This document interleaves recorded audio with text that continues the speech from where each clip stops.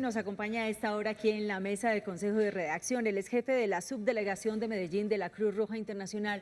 Gracias por acompañarnos. Buenos días, Claudia, Sebastián. Es un gusto, gracias a Teleantioquia por esta oportunidad. Esto es un momento muy importante en el año para el Comité Internacional de la Cruz Roja, ya que publicamos el balance humanitario del 2024, donde compartimos nuestras preocupaciones humanitarias en el contexto del conflicto armado a nivel de territorio nacional.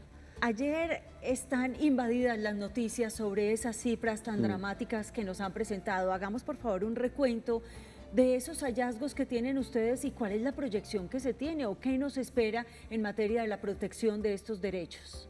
Sí, como bien dices, el balance tiene un mensaje muy claro, que es la preocupación que tiene el Comité Internacional de la Cruz Roja sobre el deterioro de la situación humanitaria en el contexto del conflicto armado en el país. Hemos alcanzado situaciones donde las cifras que están mostrando este balance humanitario, las cifras de las consecuencias humanitarias, son las más altas de los últimos 8 años. Y esto nos preocupa. Vemos que hay unos cambios a nivel del territorio, unos cambios de la dinámica del conflicto armado, y esto hace que la población civil esté mucho más expuesta a los riesgos de protección y que esté mucho más expuesta a la violación de las normas del derecho internacional humanitario.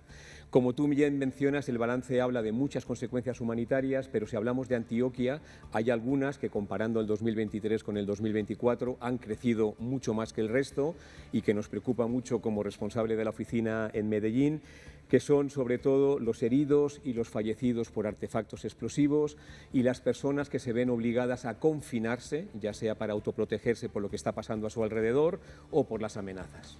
Manuel, yo quisiera preguntarle sobre un tema muy importante y tiene que ver con la claridad para muchos televidentes. Muchas personas tienen una idea general de lo que es la Cruz Roja Internacional y hablamos del tema humanitario, pero también desconocen a profundidad cuál es la labor detallada que ustedes realizan y muy importante, por ejemplo, en este caso con el contexto de Colombia. El Comité Internacional de la Cruz Roja es una organización humanitaria que tiene casi 160 años de existencia y se creó justamente por la preocupación de las consecuencias que habían cuando habían conflictos armados. Entonces, hay un mandato que es el de proteger y asistir a las víctimas de los conflictos armados y somos a nivel mundial los guardianes del derecho internacional humanitario. ¿Cómo está el tema en regiones cuando miramos Antioquia, una región maravillosa, pero que lamentablemente padece las consecuencias del mundo criminal, del narcotráfico, de las rentas ilegales? Por ejemplo, vemos el Bajo Cauca antioqueño, vemos el nordeste del departamento que tienen unas dificultades muy complejas, ahora también el suroeste del departamento. ¿Cómo están trabajando ustedes en ese tema? Bueno, esta subdelegación de Medellín cubre 7 departamentos del país. Intentamos tener una mayor presencia en aquellos lugares donde creemos que tenemos un valor añadido.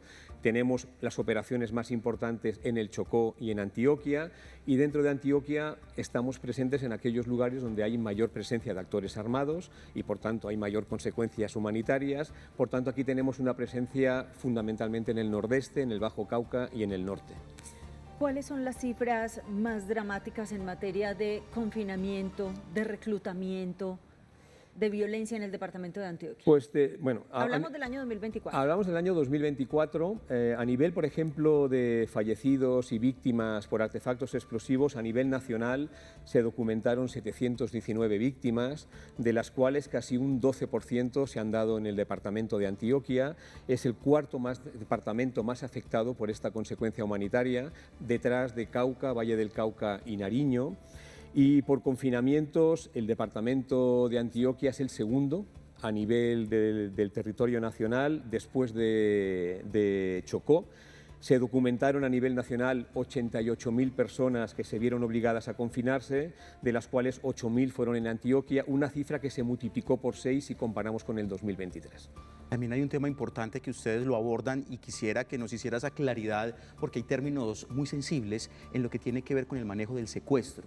Una situación que cada vez toma también fuerza en el país. No sé en el departamento de Antioquia este tema cómo esté, porque ustedes lo que hacen es un acercamiento con esas estructuras para poder lograr la liberación o la entrega. ¿Cuál es el término adecuado? Bueno, si me lo permites, nosotros bebemos del derecho internacional humanitario. La palabra secuestro como tal no existe. En el derecho internacional humanitario. Hablamos de personas privadas de la libertad. En estas situaciones donde hay una persona que está privada de la libertad y que está en mano de un actor armado, nos ofrecemos como intermediario neutral para poder favorecer esa liberación, y si hay una luz verde de todas las partes, o nos ofrecemos justamente con una única intención, que es la humanitaria, de poder llevar a esta persona y poderla reunificar con su familia. Es una labor exclusivamente humanitaria. Más allá de esta labor como la que estamos haciendo hoy aquí en Consejo de Redacción de divulgar estas cifras, ¿qué pasa con ellas? ¿Quién atiende y quién se hace cargo y quién se preocupa por esta situación? Bueno, como estábamos mencionando, la situación se ha deteriorado a nivel nacional. Esto quiere decir que hay más víctimas, que hay más necesidades. Normalmente nosotros, como Comité Internacional de la Cruz Roja, no somos los primeros respondientes. Hay una responsabilidad del Estado y no queremos reemplazar al Estado. Justamente en el balance hacemos un llamado a las autoridades para una mayor inversión para la respuesta a las víctimas del conflicto armado. Hay que fortalecer estas rutas que ya existen, las rutas estatales para poder restablecer los derechos de las víctimas del conflicto armado. Y hay más emergencias y hay que responder también a ellas. Hay en muchas ocasiones donde, por ejemplo, el Estado no tiene una presencia muy importante, y en esas situaciones el Comité Internacional de la Cruz Roja hace una mayor presencia y hace una respuesta de emergencia también. Colombia tiene un acuerdo de paz firmado con las FARC.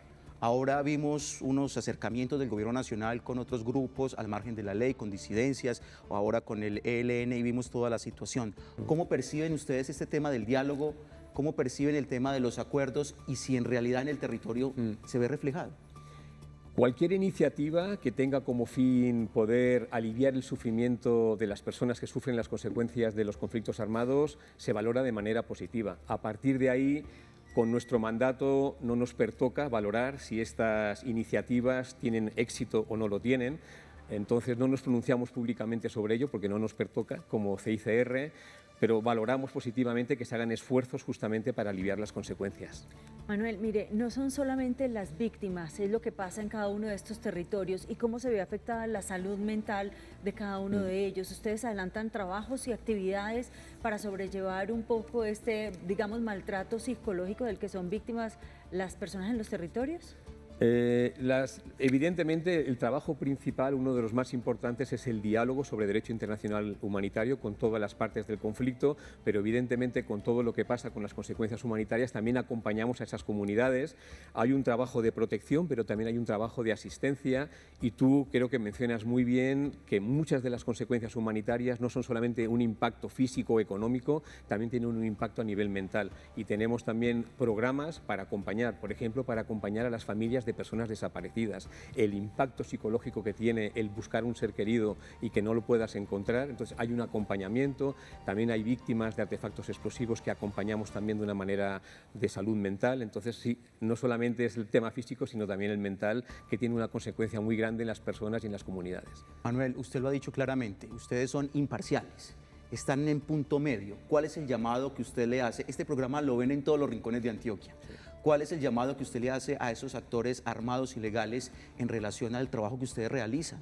Pues te agradezco la pregunta. El llamado para todos los actores armados, estatales y no estatales, es el de respetar las normas del derecho internacional humanitario, que son las normas que rigen los conflictos armados, para justamente evitar que la población civil sufra las consecuencias de los conflictos armados.